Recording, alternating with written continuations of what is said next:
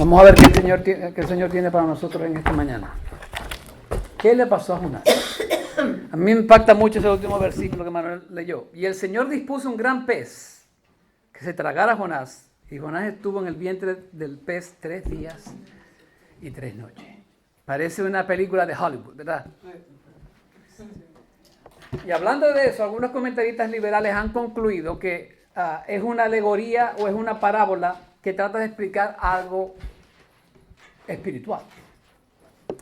Sin embargo, los comentaristas más conservadores han concluido que son hechos factibles, ¿ok? Cosas que en realidad pasaron y que definitivamente pertenecen a la historia del mundo. Yo creo a estos comentaristas que dicen eso. ¿Por qué? Porque el Señor Jesús lo decreta de esa manera. Si vemos, eso lo vamos a ver en Mateo 12 del 39 al 42 y en Lucas 11 del 29 al 32. La parte de Mateo, que es la única que vamos a leer, dice: pero respondiendo él les dijo, una generación perversa y adúltera demanda señal, y ninguna señal se le dará, sino la señal de Jonás el profeta. Porque como estuvo Jonás en el vientre del monstruo marino 3 días y 3 noches, así estará el Hijo del Hombre 3 días y 3 noches en el corazón de la tierra. Los hombres de Nínive se levantarán con esta generación en el juicio y la condenarán, porque ellos se arrepintieron con la predicación de Jonás, y mirad, algo más grande que Jonás está aquí. Recuérdense de eso. Algo más grande que Jonás está aquí. ¿Y cuántos le creen más a Jesús que a un comentarista liberal? Yo sí creo que... Ahora mire, más adelante se lo voy a decir, pero se lo quiero decir ahora. La palabra en el hebreo allí no es la palabra ballena, es la palabra pez. O sea, un gran pez. Y hay muchos peces que se pueden tragar a una persona. Yo no me puse a buscar qué tipo de peces. Unos dicen que es una ballena azul, otros que una ballena blanca. Yo no me preocupé por eso. Y aquí Jesús lo llama un monstruo marino. Entonces, no es una ballena. O sea, se imaginan una ballena por el tamaño, pero hay muchos peces grandes. Amén. Entonces Jesús aquí lo que está es comparando su resurrección con el tiempo que pasó Jonás en ese pez. 3 días y 3 noches. Entonces, es una historia real. Gústele o no le guste. Gústele o no le guste. Debido a lo que nos dice 2 de Reyes 14:25, este periodo ocurre durante el reino de Jeroboam II, el cual ocurrió entre 782 y 753 a.C. Esa palabra dice así, 2 de Reyes 14, del 24 al 25, dice: e hizo lo malo ante los ojos del Señor, no se apartó de todos los pecados con que Jeroboam, hijo de Nabat, hizo pecar a Israel. Él restableció la frontera de Israel desde la entrada de Hamat hasta el mar de Arabá, conforme a la palabra que el Señor, Dios de Israel, había hablado por medio de su siervo, el profeta Jonás, hijo de Amitai, que era de Gat-Hefer. Esto nos dice también que Jonás era contemporáneo con el profeta Amós y con el profeta Oseas. Entonces nos vamos al primer versículo. ¿Qué dice el primer versículo? Vino palabra del Señor a Jonás, hijo de Amitai, diciendo. Hijo de Amitai, diciendo. Esa palabra Jonás significa paloma. ¿Te acuerdas cuando nos dice, creo que es el libro de los Efesios, que seamos tranquilos como una paloma y astutos como una serpiente? O sea, Jonás era supuesto ser una palomita,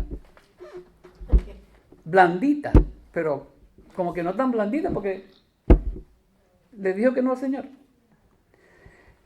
Y el nombre del papá es verdadero. ¿Y cuántos aquí son hijos de la verdad?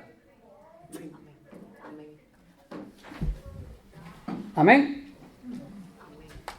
Nínive se deriva de la palabra Nimrod. ¿Se acuerdan de Nimrod? El que hizo el que planeó la Torre de Babel. o Nunu. Sus habitantes adoraban a la diosa pez Nanchi y a Dagón, el dios pez, que era un hombre, era una persona que era mitad hombre y mitad pez. ¿Y no le parece cómico que Dios utilizó un pez para llevar a un profeta a una ciudad que se llama de pez? ¿Tiene el nombre pez? ¿Dios tiene sentido del humor, sí o no? Nínive estaba ubicada en la ribera del río Tigris, 800 kilómetros al noreste de Israel, y esto es lo que llamamos hoy Irak. Nínive era entonces la capital del imperio asirio y tenía la fama de ser extremadamente cruel. Los ninivitas eran malísimos, fíjense. Ellos practicaban la guerra psicológica para intimidar a sus enemigos antes de la batalla. Y aquí les voy a dar una lista. Sus tácticas militares: desollar vivos a los enemigos y exhibir sus pieles en las murallas de la ciudad. O sea, le arrancaban la piel a la gente y lo ponían en las murallas de la ciudad. Empalaban y decapitaban a los prisioneros. Empalar es atravesarlo con cualquier instrumento. Y los decapitaban. Obligaban a los supervivientes a cargar las cabezas cercenadas de sus camaradas. Quemaban vivos a niños o someterlos a otros castigos atroces. A veces, esto no lo tengo anotado aquí, pero a veces tomaban a la gente, le quitaban la piel, lo llenaban de fuego y esas eran las lámparas de la ciudad. Horrible, horrible. Eran conocidos también por las deportaciones masivas de los pueblos conquistados, una forma temprana de limpieza étnica. Estas deportaciones que levantaban el espíritu de las naciones y borraban sus identidades culturales. Imagínense, cuando los asirios llegaban, los ninivitas llegaban a cualquier nación, esa nación dejaba de existir. Amén. Entonces, poblaciones eran reubicadas a la fuerza para servir como trabajadores o esclavos de las ciudades asirias. Destruían cultivos y huertos para causar hambruna. Ahora, yo le voy a nombrar 3 reyes aquí. El primer rey es Asurnasirpal II. Reinó del 883 al 859. Y él escribió esto: construí un pilar en la puerta de la ciudad y desollé a todos los jefes. Cubrí el pilar con sus pieles. Horrible. El rey Tiglat-Pileser, el tercero, descubrió cómo encadenaba a los reyes como animales y los colgaba con sus cabezas en los árboles. Feo. Y el rey Sennacherib, que ustedes me imagino que lo han escuchado, que hizo de Nínive su capital, se jactó de su brutal represión de las revueltas y la destrucción de las ciudades como Laquis en Judá. Y este es el contexto donde Jonás tiene que predicar. Entonces, lo primero que vamos a contestar 3 preguntas en esta mañana. La primera es: ¿cuál fue el mandato de Dios? Versículo número 2. Levántate, ve a Nínive, la gran ciudad, y proclama contra ella, porque su maldad ha subido hasta mí. Ya ve la maldad, el tipo de maldad que tenía esa ciudad, ¿sí o no? El profeta Isaías, mire, ya ustedes saben que en otras ocasiones yo les he dicho que el pueblo de Israel estaba supuesto a predicar el evangelio a toda nación, ¿sí o no? Isaías 49:6 dice: cosa es que tú seas mi siervo, poca cosa es que tú seas mi siervo, para levantar las tribus de Jacob y para restaurar a los que quedaron de Israel. También te haré luz de las naciones, para que mi salvación alcance hasta los confines de la tierra. Pero ¿hicieron ese trabajo? No lo hicieron. Porque Israel estaba constantemente cayendo en idolatría de otros dioses y como consecuencia siempre estaban fallando en lo que Dios le había dicho que tenían que hacer. Amén. Era inusual que un profeta fuera enviado fuera de Israel a predicar. Yo me imagino que de pronto Jonás dijo: Diosito, si a los demás no los enviaste, ¿me vas a enviar a mí ahora? Entonces el Señor le dice a Jonás en el 2: levántate, ve a Nínive, la gran ciudad, y proclama contra ella, porque su maldad ha subido hasta mí. Es evidente que el Señor estaba al tanto de la gran maldad de la nación porque Él lo sabe todo, ¿sí o no? Él lo sabe todo. Pero a pesar de eso, Jonás le había sido dado una instrucción y su deber era ejecutarlas. Pero su mente estaba en otro lado. Él tenía otro plan. Y nosotros tenemos que tener cuidado con esas cosas. ¿Cuántos de nosotros, por la razón que sea, nos hemos inventado planes porque no nos gusta lo que Dios nos ha asignado en nuestras vidas?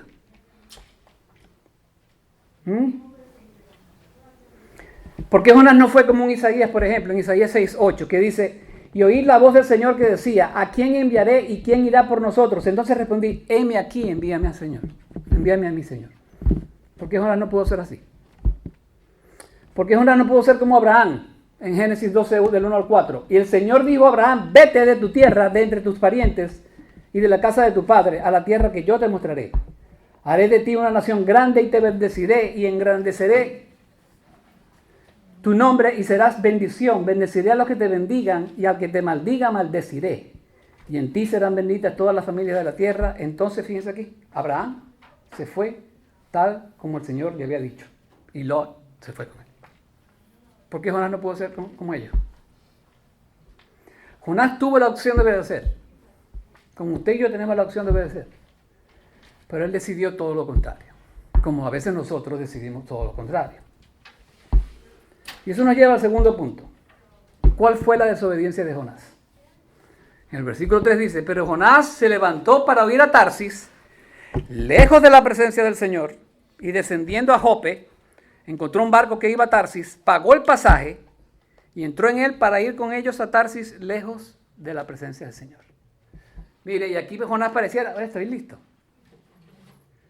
Como yo lo había planeado, así está pasando. Porque él dijo, encontró el barco. Por cierto, Jope era como un parqueadero del pueblo de Israel. ¿Cómo le llaman eso en español? Embarcadero, eso. Él dijo, me voy para Jope, consigo un barquito, le pago y me voy. Y así pasó. Él creía, estoy listo. Ahora, fíjese que él dice, lejos de la presencia del Señor 2 veces. O sea que lejos, bueno, eso es lo que él pensaba. Lejos. Porque el Salmo 139 nos dice que a donde quiera que nosotros vayamos, Él nos va a conseguir. Hasta en el fondo del mar. Él nos consigue. No nos podemos esconder de Dios. Ahora, Dios, o sea, Él hizo, entre comillas, lo que Él le dio la gana, ¿verdad? Pero Dios es el que manda. Esa palabra, señora, ahí es el nombre del pacto de Dios Jehová. Lo que llaman el tetragramatron. El Y, el H, ¿cómo es? Y-W. El Y, H, W. Son 4 consonantes. Por ponerlo así. Y esa palabra, señores, solo en el capítulo 1 aparecen 12 veces. Y en los 4 capítulos aparecen 26 veces. Entonces, ¿quién es el que manda ahí? El Señor, Jehová. Mire, y esto nos debería enseñar volúmenes de la soberanía de Dios. Porque nada se escapa de su control. ¿Sí o no? Amén. Nada se escapa de su control. Sí, Jonás trató de ir a Tarsis, que estaba ubicada cerca de lo que era España, que para ese entonces era casi el final del mundo. Pero como se lo dije ya, los salmos nos dicen que no podemos ir a ningún lado que Dios no sepa que nosotros no estemos. Sí. Amén. Ahora mire, hay varias posibles razones por las cuales el profeta tenía esta actitud errada de desobedecer. Primero, bueno, que tenía miedo. ¿Quién quiere ir para Nínive? Para que lo maten, para que le hagan todas esas cosas que le hicieron. Que le hacían a la gente. Horrible. Yo no sé si usted se acuerda cuando la guerra de Irak, que pasaban unos videos por internet y que le degollaban a la gente en vivo. ¿Se acuerda de eso? Bueno, esta gente era peor que eso, creo yo. Y de hecho Irak era Nínive en el tiempo pasado. O sea, como que se les pegó las mañitas. Las malas mañas. Lo otro era que era un racista. Fíjese lo que dice, del 4 del 1 al 3. Pero esto desagradó a Jonás en gran manera y se enojó. Y oró al Señor, dijo, Señor, ¿no era esto lo que yo decía cuando aún estaba en mi tierra? Por eso me anticipé a huir a Tarsis, porque yo sabía que tú eres un Dios clemente y compasivo, lento para la ira y rico en misericordia, y que te arrepientes del mal con que amenazas. Y ahora, oh Señor, te ruego que me quites la vida, porque mejor es la muerte que la vida. Él no quería que esa gente se salvara. Era un racista. O sea, Jonás era el típico fariseo que creía que solamente los israelitas se iban a salvar. Pero Dios tiene otro plan. Dios tiene otro plan. Fíjense, él le pide al Señor 3 veces que le quite la vida porque no quiere predicarle a los ninivitas. Eso está en el 3, que ya se lo leí. Está otra vez en el 8 y dice, y sucedió que al salir el sol dispuso Dios un sofocante viento solano, y el sol hirió la cabeza de Jonás y él desfallecía y deseaba con toda su alma morir. Y después en el 9 dice, entonces dijo Dios a Jonás, ¿tiene acaso razón para enojarte por causa de la planta? Y él respondió, tengo razón para enojarme hasta la muerte. O sea, 3 veces le dijo a Dios, yo me quiero morir porque yo no quiero predicarle a los ninivitas. Imagínense que usted y yo tuviéramos esa actitud. ¿En dónde llegaríamos? Hermano, eso es gravísimo. ¿Cómo un profeta de Dios va a tener esa actitud con Dios? Imagínense que usted y yo tengamos esa actitud con Dios. ¿Cómo predicamos el evangelio si no podemos? No podemos. Mire, como ya se los dije, el significado de su papá era verdadero. O sea que nosotros somos hijos de la verdad. ¿Qué dijo Jesús en el evangelio? Yo soy el camino, la verdad y la vida. ¿Y qué estamos supuestos nosotros a predicar? La verdad, el evangelio. Amén. Entonces, Jonás, ¿qué usted cree que va a pasar? Tenía que pagar el precio de su desobediencia. Tenía que pagar el precio de su obediencia. Si usted no ha aprendido hasta ahora que cuando usted no le hace caso a Dios, usted va a pagar ese precio, entonces usted no ha crecido. Usted debiera saber mejor que Dios le va a hacer pagar sus errores, hermano, o su desobediencia. Entonces eso nos lleva al tercer punto. ¿Cuáles fueron las consecuencias de esa desobediencia? En el 4, en el versículo 4 del capítulo 1. Y el Señor desató sobre el mar un fuerte viento y hubo una tempestad tan grande en el mar que el barco estuvo a punto de romperse. El Señor desató un fuerte viento que produjo una tempestad inmensa. Mira, el Salmo 33:7 me gusta porque dice, Él junta las aguas del mar como un montón, pone en almacenes los abismos. Increíble. Él junta las aguas del mar como un montón y pone los almacenes en el abismo. O sea que Él controla todo eso. Proverbios 34 dice, hace un montón de preguntas de Proverbios. Dice, ¿quién subió al cielo y descendió? ¿Quién recogió los vientos en sus puños? ¿Quién envolvió las aguas en su manto? ¿Quién estableció todos los confines de la tierra? ¿Cuál es su nombre o el nombre de su hijo? Ciertamente tú lo sabes. ¿Y cuál es la respuesta a todo eso? Dios. Él toma los vientos en su puño. Dios controla toda la creación, incluyendo los océanos y todo lo que está alrededor de todos nosotros. ¿Amén? Amén. La palabra desatar allí, en el hebreo, significa tirar. Es la misma palabra que utilizan cuando los marineros arrojaron la carga fuera del barco. Eso lo vamos a ver más adelante. Y es la misma palabra que utiliza cuando los marineros echaron suerte. O sea que mire, Dios agarra el viento con el puño y lo tira en el agua y crea una tempestad. De ahí está la primera consecuencia de Jonás. Le pone una tempestad.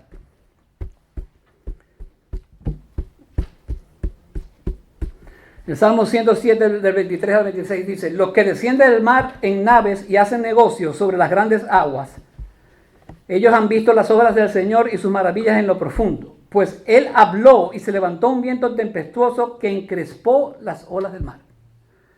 Escuchó eso. Él habló y levantó un tiempo tempestuoso que encrespó las olas. ¿Quién es ese? Dios. Subieron a los cielos, descendieron a las profundidades, sus almas se consumían por el mal. El Señor causa las tormentas en nuestra vida cuando desobedecemos o cuando Él quiere que aprendamos algo. ¿Y usted cree que Jonás tenía que aprender algo? Tenía que aprender a obedecer al Señor. Y tenía que aprender de su misericordia. La otra cosa es que la tormenta produjo miedo y a la vez curiosidad de cuál era la causa de esa tormenta tan recia. Eso está en los versículos del 4 al 13. En medio de la tormenta siempre tenemos dos tipos de personas. Tenemos aquellos que hacen todo lo humanamente posible.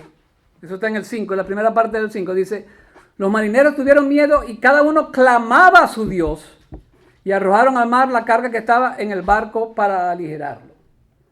Y tenemos por otro lado aquellos que no les importa nada con tal de escapar a la voluntad de Dios. Fíjese Jonás que dice, pero Jonás, ese pero es importante, había bajado a la bodega del barco, se había acostado y dormía profundamente. O sea que pareciera que los marineros tuvieran un poco mejor de actitud que Jonás, ¿sí o no?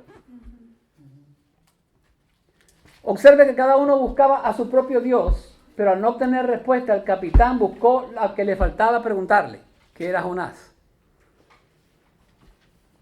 Eso está en el 6. El capitán se le acercó y le dijo, ¿cómo es que estás durmiendo? Levántate, invoca a tu Dios. Quizás tu Dios piense que en nosotros y no pereceremos. Después de esto, los marineros echan suerte para saber quién era el causante de la tormenta. Y aquí es cuando Jonás se pone coloradito. Porque se van a dar cuenta de que yo fui el que cometí esta cosa. Porque, créanlo o no, en aquel entonces echaban suerte para, como lo hicieron los marineros allí. Mire, y eso lo que era ¿cómo se llama? ¿Cómo se llama?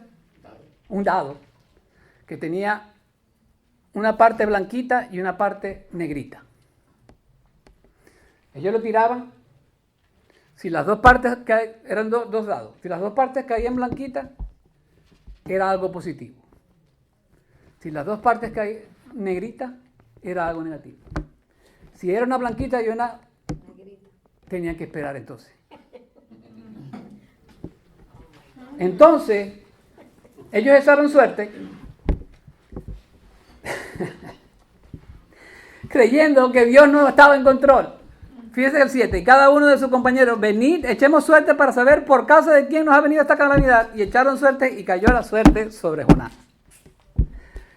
Jonás no entendía para dónde salir. Mire, Proverbios 16:33 dice, la suerte se echa en el regazo, mas del Señor viene toda decisión. O sea que al Señor no le importaba que se tiraron la suerte, porque al final iba a ser su voluntad la que iba a pasar. ¿No es el Señor increíble? Entonces, determinan que Jonás es el culprit, como dice por ahí. Y ahí comienza la interrogación. En el versículo 10. Los hombres se atemorizaron en gran manera y le dijeron, ¿qué es esto que has hecho? Porque ellos sabían que él huía de la presencia del Señor porque él se los había declarado. Entonces le dijeron, ¿qué haremos contigo para que el mar se calme en torno nuestro? Pues el mar se embravecía más y más. Y él les dijo, tomadme y lanzadme al mar, y el mar se calmará en torno vuestro, pues yo sé que por mi causa ha venido esta gran tempestad sobre vosotros. Los hombres se pusieron a remar. Los hombres de buena gente no querían matar a Jonás, porque ellos se pusieron a remar con afán para volver a tierra firme, pero no pudieron porque el mar seguía embraveciéndose contra ellos. Dios les decía, ¿ustedes quieren irse para otro lado? No, no se van a ir.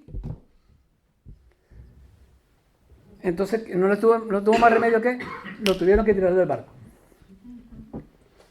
Mire, Matthew Henry dice, la conducta de Jonás en la tormenta no fue menos noble que su conducta anterior. El estallido de la tempestad disipó toda la tiniebla de su mente y volvió a ver las estrellas.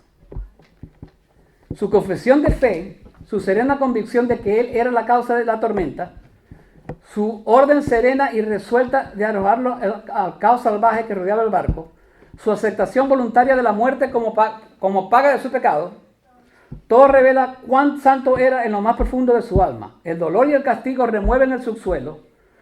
Si un hombre tiene algo bueno, generalmente aflora cuando está afligido y mira la muerte de frente. Si no hay más que grava debajo, también la sacará al arado. Puede haber mucha infidelidad egoísta tras un corazón verdaderamente devoto. Mire, él no sabía que Dios le iba a mandar un pecado. Él pensaba que salí de esta, me van a lanzar y me voy a ahogar y me voy a morir. Pero Dios tenía otro plan. Dios tenía otro plan. Ahora, otra cosa. Existe una gran diferencia en estar dormido porque está desanimado, porque está en depresión. Y otra cosa es estar dormido de cansancio, confiando de que Dios va a hacer lo que tiene que hacer. Tenemos un contraste con lo que pasó con los discípulos, ¿se acuerdan? Marcos 4, del 35 al 40. Ese día, caída ya la tarde, les dijo: pasemos al otro lado. Dependiendo de la multitud, le llevaron con ellos en la barca, como estaba, y habría otras barcas con él. Pero se levantó una violenta tempestad, y las olas se lanzaban sobre la barca de tal manera que ya se anegaba la barca. Él estaba en la popa, durmiendo sobre un cabezal. Entonces le despertaron y le dijeron, que se parecen a los marineros: maestro, ¿no te importa que perezcamos? A él sí le importaba, pero a Jonás no le importaba nada. Y levantándose reprendió el viento y dijo al mar: cálmate, sosiégate. Y el viento cesó y sobrevino una calma. Entonces les dijo: ¿por qué estáis amedrentados? ¿Cómo no tenéis fe? ¿Se acuerdan que Jesús había dicho: uno más mayor que Jonás es aquí? Que evidentemente la manera como Jonás estuvo ante la tormenta es totalmente distinta de la manera como Jesús estuvo ante la tormenta. Primero que todo, que Jonás no era Dios. Y segundo que todo, que dentro de la tormenta ahí estaba Dios mismo. ¿Por qué tenía miedo? La carne. Entonces Jesús era mejor que Jonás. Y nosotros, en vez de imitar a Jonás, debemos imitar a Jesús en medio de la tormenta. Amén. No a los discípulos, a Jesús.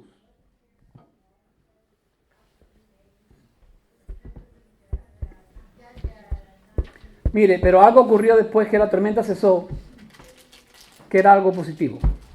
Los marineros llegaron al conocimiento del Señor. 14 al 16.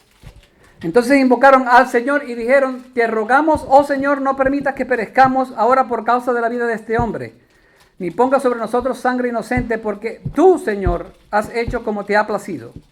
Tomaron pues a Jonás y lo lanzaron al mar, y el mar cesó en furia. Y aquellos hombres temieron en gran manera al Señor, ofreciendo un sacrificio al Señor, y le hicieron votos. Y el Señor dispuso un gran pez que se tragara a Jonás, y Jonás estuvo en el vientre del pez y 3 noches. Mire, muchos comentaristas dicen que Jonás tuvo que haber tenido una conversación más larga que esa, para que ellos entendieran que el Dios de Israel era el único Dios de Israel. Porque un inconverso no va a decir lo que hicieron ellos. Invocaron al Señor, le hicieron sacrificio al Señor.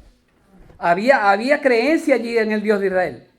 Porque Jonás, ya arrepentido, decidió hablar lo que tenía que hablar.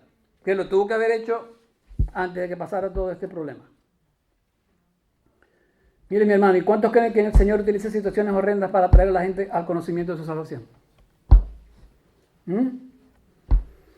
¿Quiénes creen que a pesar de las terribles situaciones por las cuales pasamos, el Señor las utiliza para enseñarnos su misericordia? Porque este libro es en parte sobre la misericordia de Dios.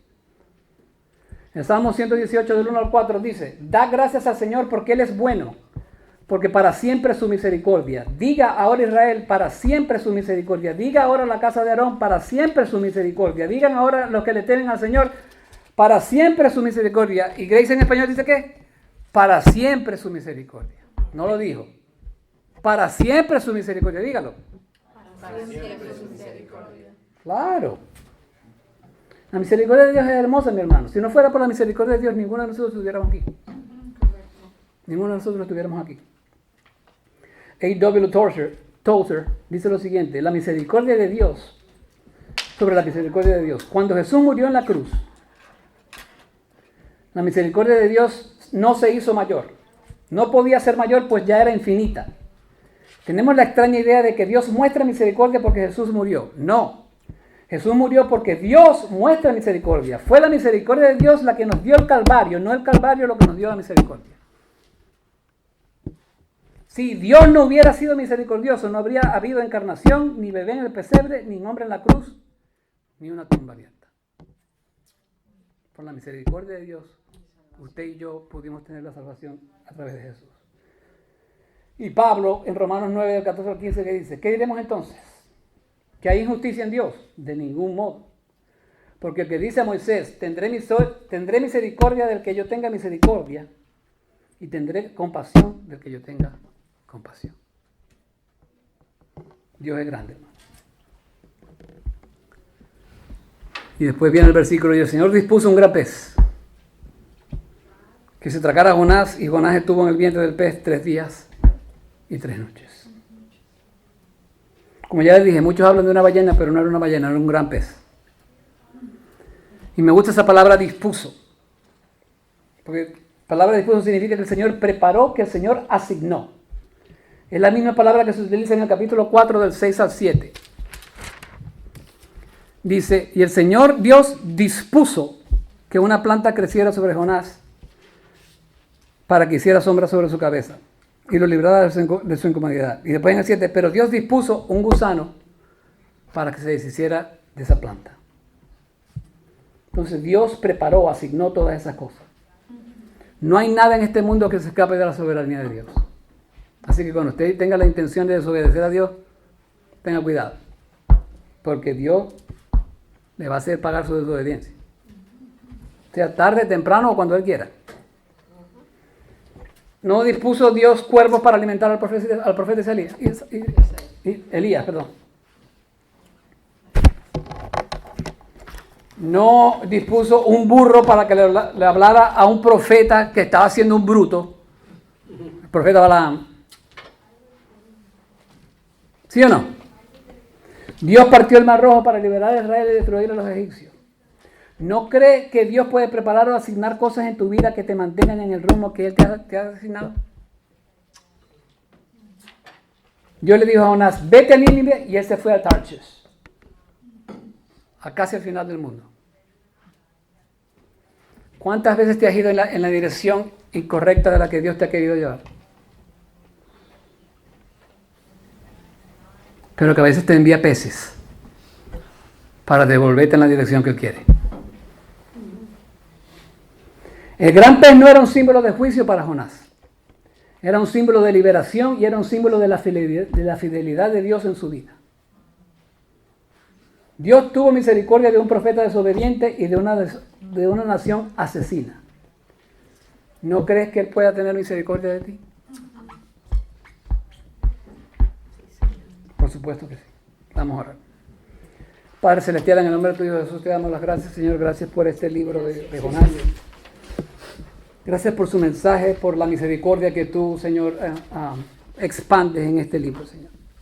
Ayúdanos a aprender más de ella y ayúdanos a aprender más también de obedecerte en lo que tú nos mandes a hacer, Señor.